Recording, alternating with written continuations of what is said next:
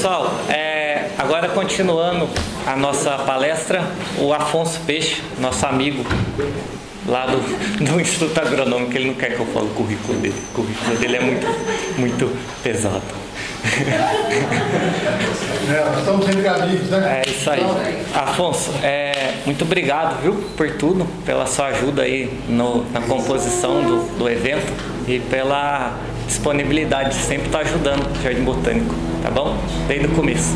Eu tenho que agradecer você, agradecer a professora. Professora, como é que eu faço para falar depois da senhora?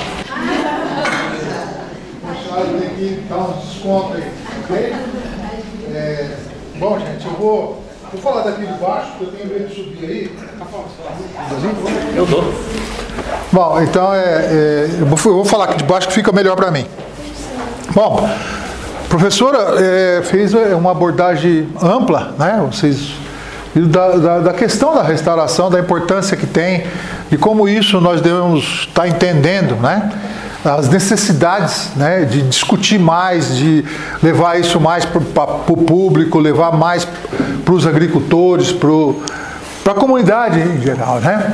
Então isso é uma coisa extremamente importante dentro desse contexto, porque a ideia básica desse evento, junto com as discussões lá com o Tiago, foi justamente desse sentimento, né, que a gente tem das necessidades de estar discutindo isso dentro da importância que é a situação ambiental que nós estamos vivendo. Bom, esse é o Centro de Engenharia e Automação, onde eu trabalho, né, e é onde que vamos dizer, o laboratório, né? Então, eu brinco que uma vez visitou aí um cientista indiano e ele falou para mim que eu era um pesquisador frugal, né? Aí eu não entendi nada, que eu fazia pesquisa frugal, né? E eu fiquei, puxa, e perguntei para o Dr. Cláudio, que é o nosso poliglota, o cara, doutor, o que é pesquisa frugal? Afonso, é uma pesquisa com muita criatividade, aproveitando, né, o que você tem de mão, né? E é o que eu faço dentro do Centro de Engenharia, né? Eu tenho grandes amigos e tenho um centro que eu vivo estudando. Pode passar. Bom, e a minha missão aqui, que nessa discussão com o Tiago, né, foi tentar trazer um pouco essa questão da restauração para um lado mais prático e dentro da propriedade agrícola, o entendimento disso. E aí a opção foi por entender um pouco do enriquecimento vegetal. Então, como instrumento, né, da restauração, como instrumento da discussão, da orientação para os agricultores, né? E outro ponto crucial veio também de uma necessidade que a gente tem dentro da agricultura, é que as propriedades agrícolas, elas estão velhas, né? Então, é como se a gente imaginasse um casarão, né? E que elas vai precisar de uma reforma, né? E um dos pontos críticos dentro das propriedades agrícolas é a perda da biodiversidade. Então, nós temos propriedades agrícolas que não favorecem mais, né, os agentes polinizadores, os dispersores, a vida, né, lá dentro. Então, nós fomos simplificando e cada vez mais que a gente simplifica e mais organiza a propriedade agrícola para nós, mais problemas nós causamos para a natureza. Então esse é um ponto crucial que foi a proposta que a gente trouxe de equipe. Depois eu tenho aqui meus parceiros juntos, né? A gente está discutindo uma proposta de sistema de produção de florada como se fosse um sistema de produção agrícola, de produto mesmo. Pode passar, por favor. Bom, então esse início, né? Esse progressivo declínio de espécies naturais é muito preocupante dentro do contexto da discussão. A professora já falou e vocês sabem disso. Mas para a gente que está na pesquisa é mais preocupante ainda, vamos dizer assim, porque a gente se sente assim, em débito com a sociedade por conta de os agricultores sendo induzidos, ou a agricultura, o desenvolvimento, buscando uma melhoria, né? O desenvolver significa aprimorar, aperfeiçoar, né? Para nós. E ao mesmo tempo esse desenvolvimento ele vem, né, afetando a cada ano a qualidade e a quantidade de fontes de alimentos para polinizadores, dispersores e outros animais, né? E as formas de ocupação e uso do solo cada vez mais aumentando os impactos ambientais, né? Pode passar. Bom, outro ponto crucial é a péssima condição ambiental das áreas legislativas, que a gente chama, as APPs e as reservas legais. Então isso é um fato fundamental da gente poder estar entendendo. Como é que então, basta a gente só ter áreas de APP, basta estar na legislação, basta ser obrigado, e a gente sabe que elas estão numa situação crítica. Principalmente, eu sempre estou fazendo uma abordagem, a minha cabeça está sempre dentro da propriedade agrícola, do setor rural, tá ok? E não vou nem falar do urbano, né? Porque nós temos problemas crônicos de áreas legislativas, de APP no tecido urbano, quando as pessoas acham que não existe área de proteção na cidade, né? Então, isso é um ponto. E a comunidade científica vem há muito tempo alertando sobre as consequências de perdas de habitats. Então não basta só não ter, vamos dizer, a falta do animal, mas a perda de habitats é fundamental. Então a gente tem um ponto crucial na gestão da vida silvestre, que a gente vai trabalhar tanto a vida vegetal quanto a vida animal e os habitats. Esse entendimento de construção de habitats é fundamental, porque senão nós não vamos conseguir trabalhar dentro das necessidades ou dentro de uma restauração possível, né? Entre as várias causas, o modelo de gestão de propriedades agrícolas e o crescimento urbano gera o que a gente chama-se impactos sinergéticos e cumulativos. Impactos sinergéticos, vou explicar, é a junção de vários impactos dentro da propriedade. A propriedade agrícola, ela é um conjunto de impactos ambientais. E a sinergia é quando junta um impacto leve com outro impacto leve, ele potencializa o impacto dele. E os sinergéticos todas essas sinergias atuando junto. Tudo. Então, se a gente olhar a propriedade agrícola, ela é uma estrutura sinergética cumulativa. Ou seja, a cada ano que passa, aumenta, né, o problema. Um exemplo clássico são as estradas rurais, né? A cada ano que passa, as estradas parecem que estão piores. Fala, mas como que a prefeitura vem, arruma, pior. A cada ano é porque, na verdade, ela é uma expressão clássica dos impactos sinergéticos. Pode passar. Vamos ver um pouquinho sobre eles, né? Como é uma propriedade agrícola, né? Ela é sinergética. Olha, veja, aqui um pequeno exemplo, né, do que significa esses impactos sinergéticos. Entra a redução de biodiversidade, a erosão, assoreamento, a poluição do ar, de resíduo sólido, a contaminação da água do solo, a instabilidade térmica, né? A emissão de carbono, alimentos contaminados, a redução da capacidade produtiva, a redução da renda, a geração de pobreza, a degradação cênica e a perda energética. Não tem tudo isso dentro da propriedade agrícola? Cara, que coisa doida, né? Então esses são pontos importantes, porque a gente não consegue discutir isso dessa forma. E quando a gente não consegue discutir isso, não tem uma visão mais holística do que significa, a gente tem uma dificuldade enorme de promover o desenvolvimento das propriedades. Então, por mais que a gente ache com uma visão muito tecnicista, tecnológica, né, e toda vez você colocando um aporte tecnológico, né, nós temos muitos problemas. No Brasil, então, né, nem se diga, o Brasil é o campeão de agricultores quebrados, agricultores não habilitados por crédito, agricultores... Isso é um produto da nossa agricultura. Por que a agricultura exclui os agricultores? Né? Então, porque não tem um entendimento claro do que significa natureza e tecnologia, do que significa a gestão lá dentro e como trabalhar. Né? Então, a agricultura brasileira produz esses problemas crônicos. Não tem um país no mundo que produz mais agricultores excluídos do que o Brasil. Isso pode ter certeza. Pode passar. Bom, os impactos sinergéticos,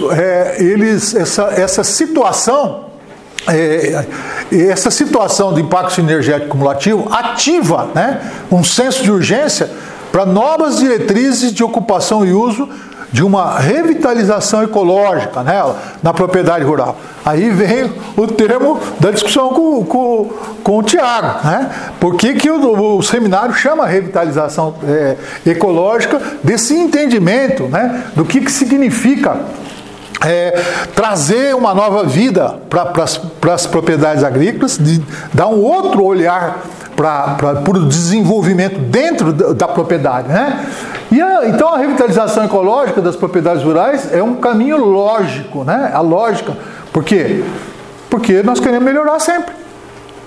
Né? E esse modelo de melhoria baseado simplesmente na tecnologia não traz a melhoria que nós queremos, né? E traz mais problemas ainda. Olha que coisa. Então, por mais que você insista numa visão reducionista da propriedade agrícola e uma visão econômica, a gente perde a escala ambiental e perde a escala humana. Então, as propriedades agrícolas vão cansando a gente, vai saindo, vai promovendo o êxodo, vai promovendo uma série de problemas relacionados a isso.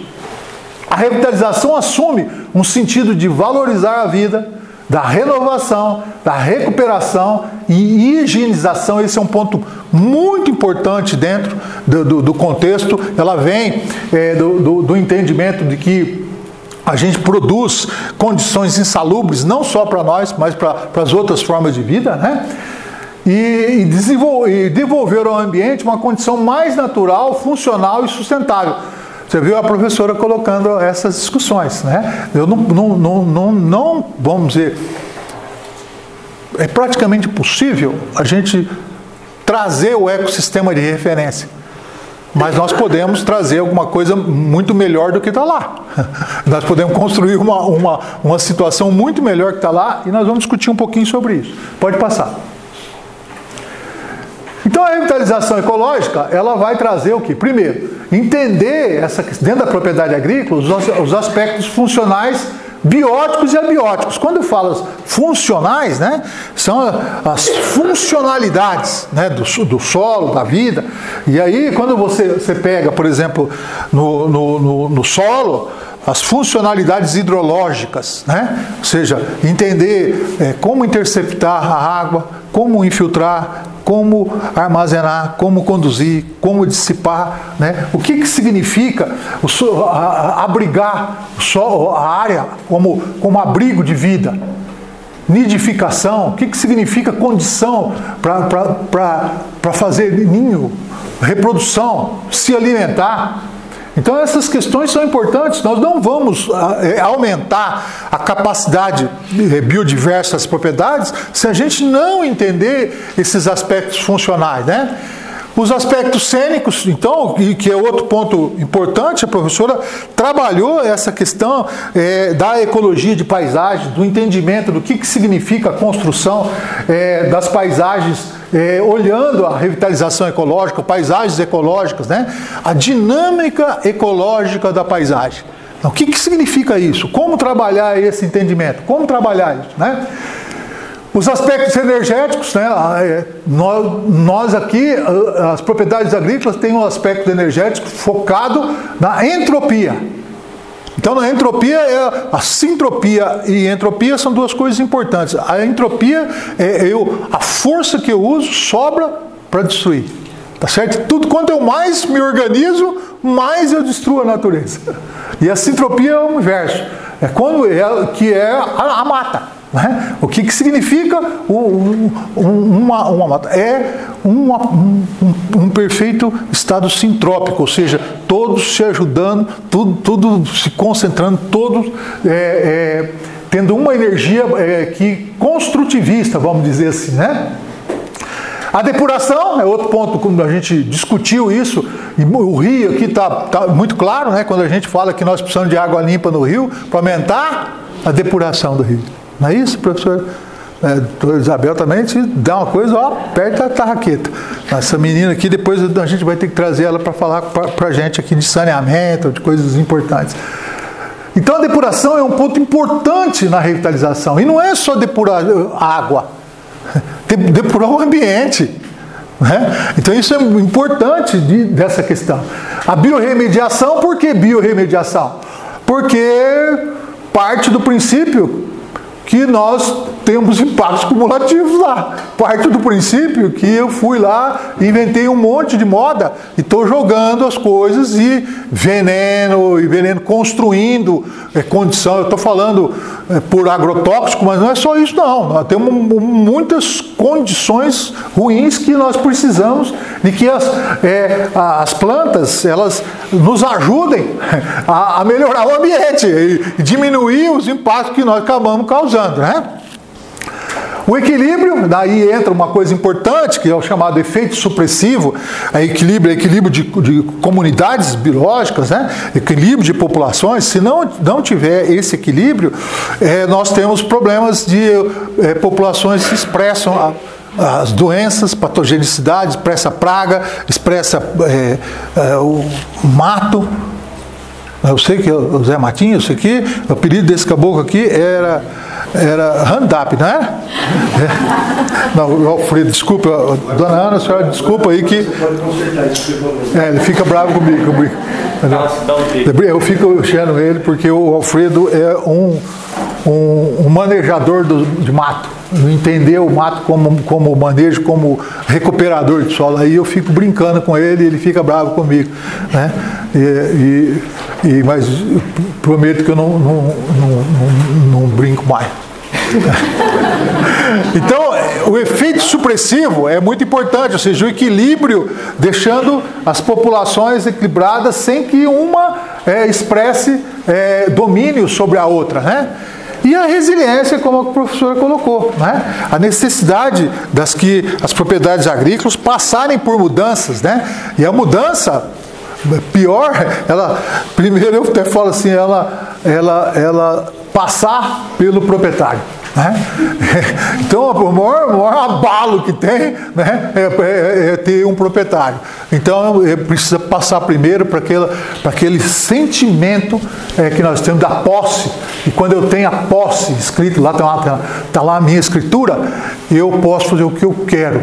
E na natureza isso não existe, né? Então, quando a gente brinca, até hoje eu estava falando que as bacias hidrográficas, hoje eu trabalho bastante, né? E eu pergunto, professor, o que é uma bacia hidrográfica? Eu falo, um conjunto de propriedades. Conjunto de propriedades agrícolas. E aí, o que é bacia? Bacia é um conjunto de pessoas, junto com o rio, com a natureza, indissociável, a senhora não colocou hoje? Então, os povos da bacia, nós temos que entender isso.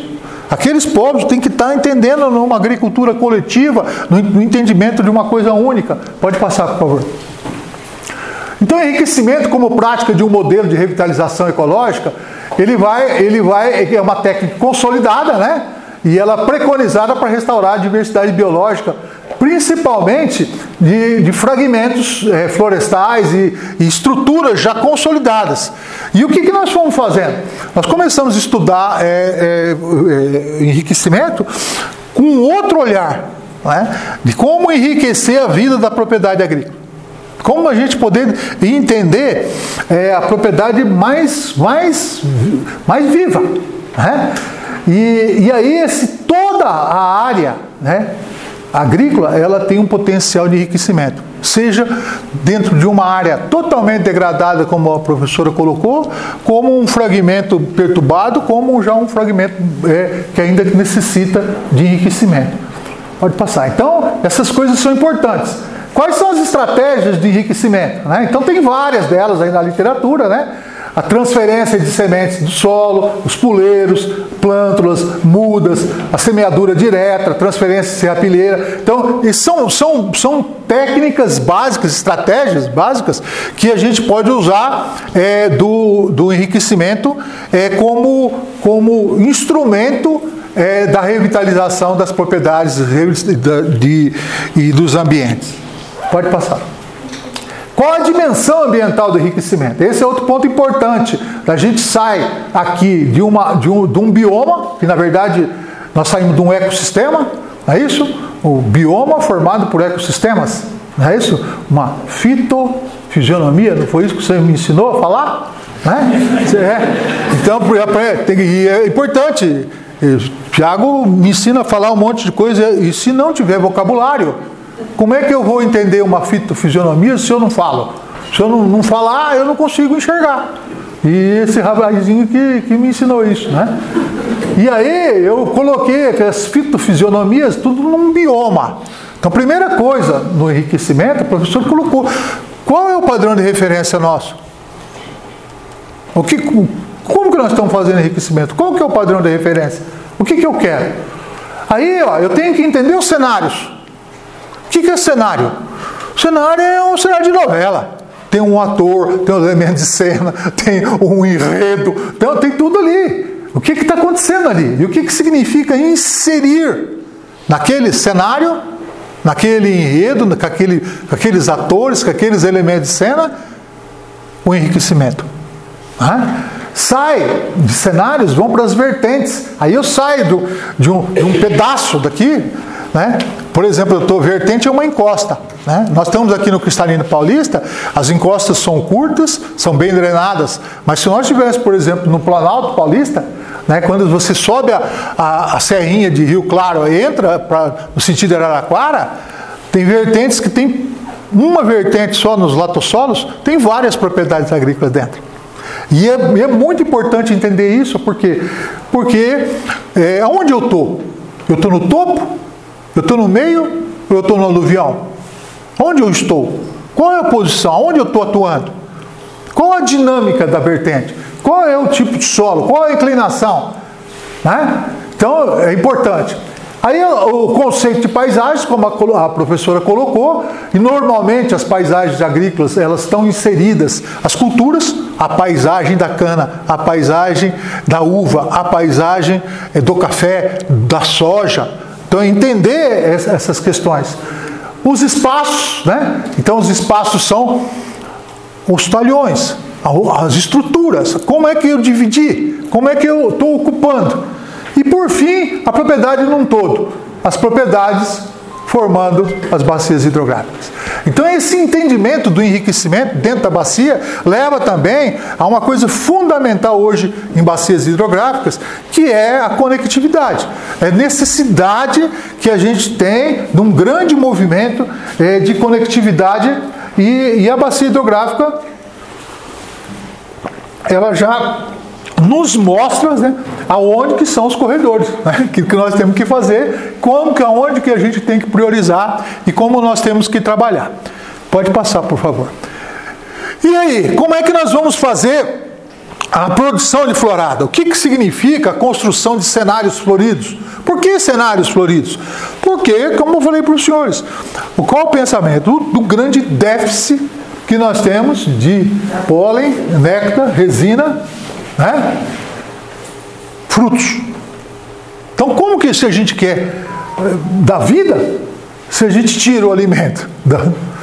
Então tem que entender isso. Nós temos que entender um sistema, da mesma forma que entende um sistema de produção de milho, de feijão, um sistema de produção de florada. E entender isso. E quando nós começamos a estudar lá o Centro de Engenharia e a fazenda do IAC lá em Campinas, a gente foi entendendo que todas as propriedades agrícolas, elas têm 6 grandes áreas. as áreas de proteção, as áreas de produção, as áreas de locomoção, áreas construídas, áreas lindeiras e áreas úmidas. O que significa o enriquecimento em cada uma delas? Como inserir esse entendimento? O que significa florada de janeiro a janeiro? Hein, Bruno? Não é? Eu fico enchendo o Bruno. O Bruno é colega nosso lá.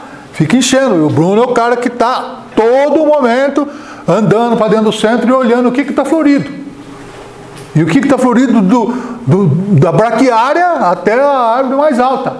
Né? Da gente poder ter esse entendimento. E é essa a discussão que nós temos que ter.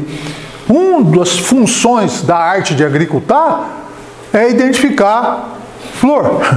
Identificar pasto apícola, pasto de néctar, de pólen, ok? Então precisa aprender a fazer isso na arte de fazer agricultura, porque se tiver faltando, eu vou colocar, né? Então, o que significa cenários floridos de janeiro, fevereiro, né? Primavera, verão, outono e inverno?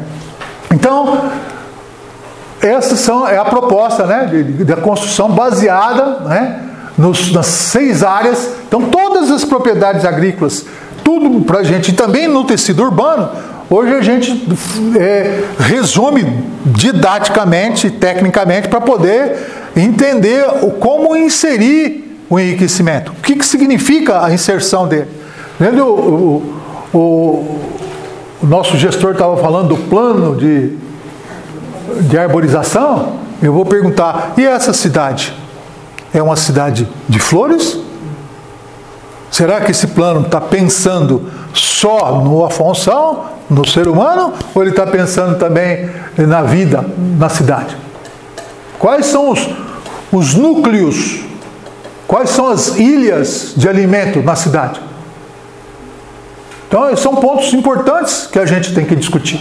Pode passar, por favor.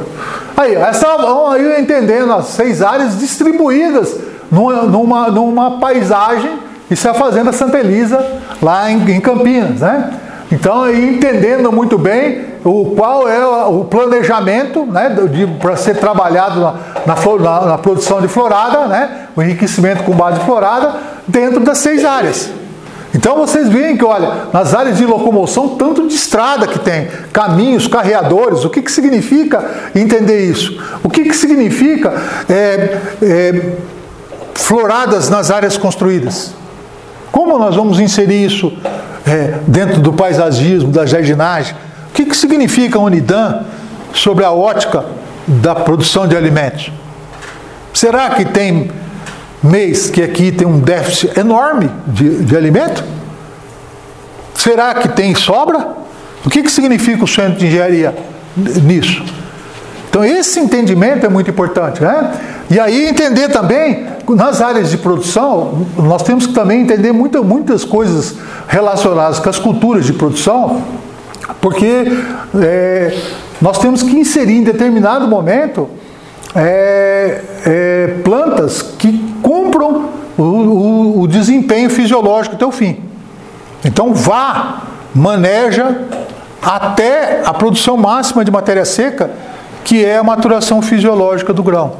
Então, quando hoje manejo de adubo verde, a gente já não mais fala em manejar na florada. Nós esperamos avançar, por quê? Porque a produção de flores dentro dos adubos verdes são fundamentais também num processo de adubação verde, né? Pode passar, por favor. Bom, quais são as diretrizes de enriquecimento adaptativo? Lembra, professora? A professora trabalhou o manejo adaptativo. É outro ponto extremamente importante e a gente precisa criar esse vocabulário. Concorda, professor? Precisa aprender a falar sobre manejo adaptativo. Precisa entender que toda cultura, toda atividade agrícola, ela tem que ser norteada para um manejo adaptativo. Ela vai se adaptando a cenários melhores a cada ano. Então é muito importante. Eu comecei a estudar manejo adaptativo com SAFs. E a todo momento que eu vou ver os SAFs, eles estão mudando. E não é possível a gente poder hoje ter aqueles SAFs estático. Não existe isso. Então, a construção de sistemas agroflorestais, eles trabalham numa dinâmica de uma mudança contínua, e de se adaptando à condição econômica, adaptando à condição do local, né, as funcionalidades. Então, vamos lá, para cada cenário de enriquecimento, as 6 áreas, né, ó, nós temos aí algumas recomendações e quem sou eu, né, para ficar recomendando isso, né? Mas nós temos o Jardim Botânico, né? Nós temos os botânicos, os biólogos que podem nos ajudar muito. Nós temos a cidade com uma informação riquíssima sobre flora, fauna, esse entendimento da biodiversidade na cabeça das pessoas, na cabeça dos idosos. Uma vez aqui, ó, nós fizemos uma oficina muito legal de biodiversidade na cabeça dos idosos. Você precisa ver o que saiu aí de fora, né, com os idosos falando o que eles conheciam. Nós começamos a brincar sobre bicho e o que tem medo. Vamos falar de sapo. Aí vai falar, puta, aí tinha um sapão, tem um sapinho. Aí acabou criando. Vamos falar de aranha. Vai falando. Então a biodiversidade está na cabeça das pessoas. E isso é um grande patrimônio cultural que nós precisamos resgatar. Então é muito importante também a gente entender o que tinha aqui, qual árvore florida, que tipo de mato que tem. Então o diálogo com os agricultores, o diálogo com os funcionários, a atividade dialógica em cima de produção de florada é extremamente importante com os vizinhos, com a comunidade, para entender essas razões, o que tinha, o que saiu, o que sumiu e o que é possível. E aí nós temos lá, né, se eu precisar, você me atende lá no Jardim Botânico? Né? Então tá bom. Pode passar, por favor. Quais são as considerações finais? Primeiro, a revitalização ecológica em propriedades rurais é o caminho para uma agricultura de proteção. Esse é outro ponto importante. Hoje nós estamos trabalhando com conceitos pouco diferentes também de agricultura. Então tem agricultura de proteção, agricultura, por exemplo, agricultura da borda da serra, agricultura do entorno da serra, agricultura do entorno dos fragmentos florestais, das áreas EPP, toda a agricultura que ela tem que cuidar disso, né?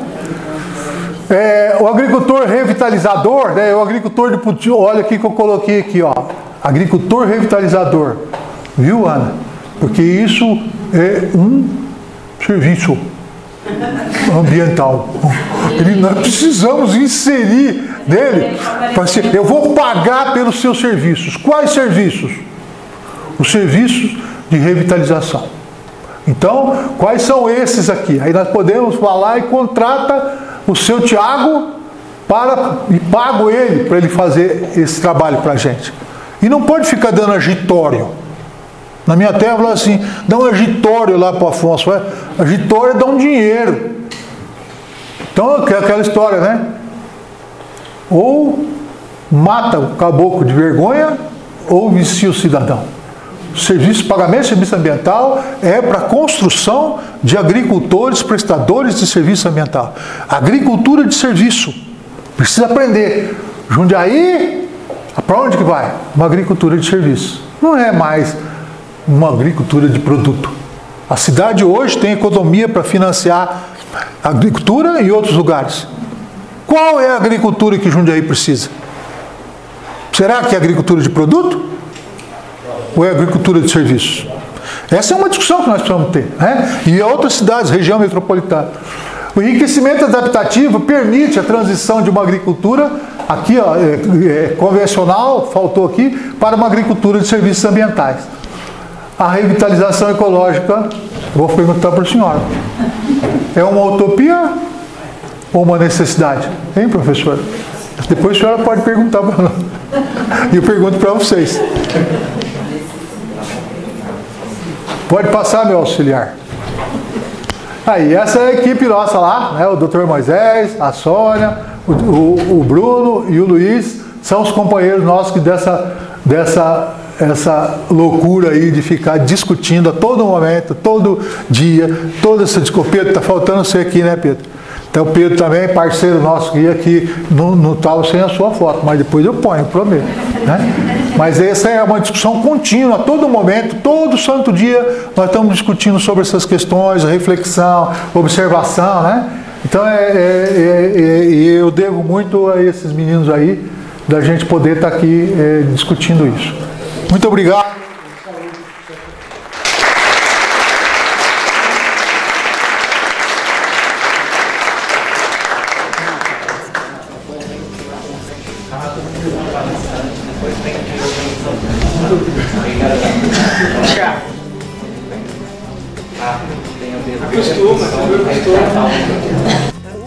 Só alegria, amigos do canal, hoje na Unidan aqui em Jundiaí, falando sobre preservação aí, beleza? Assiste o vídeo, curte e compartilha, vamos lá.